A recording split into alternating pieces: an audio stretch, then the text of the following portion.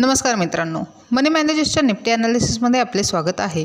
फ्रायडेला Nifty flat open झाली 24,311ला आणि 24,305चा low घेऊन साधारण 10 वाजेपर्यंत 24,589चा हाय दिला। त्यानंतर डाऊन मूव्ह घेत 24,238चा लो दिला आणि नंतर साइडवेज मूव्ह करत साधारण 1 वाजेला 24,400पर्यंत जाऊन पुन्हा साइडवेज मूव्हमेंट केले आणि 24,346ला क्लोज झाली।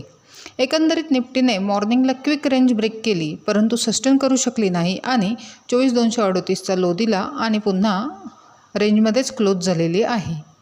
डेली टाईम फ्रेममध्ये बघितले तर निफ्टी साधारण 22 एप्रिलपासून एका रेंजमध्ये फसलेली आहे।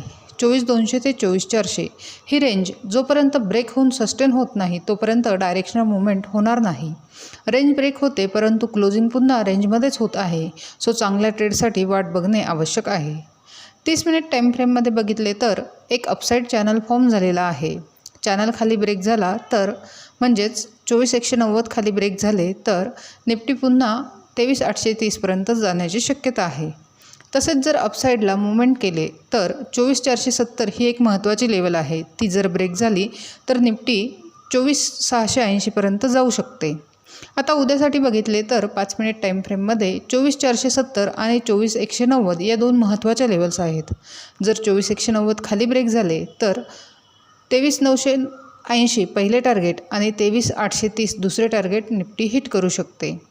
जर 24,470 ब्रेक केले आणि सस्टेन राहिली तर निफ्टी 24,680 पहिले टार्गेट आणि 24,850 दुसरे टार्गेट हिट करू शकते।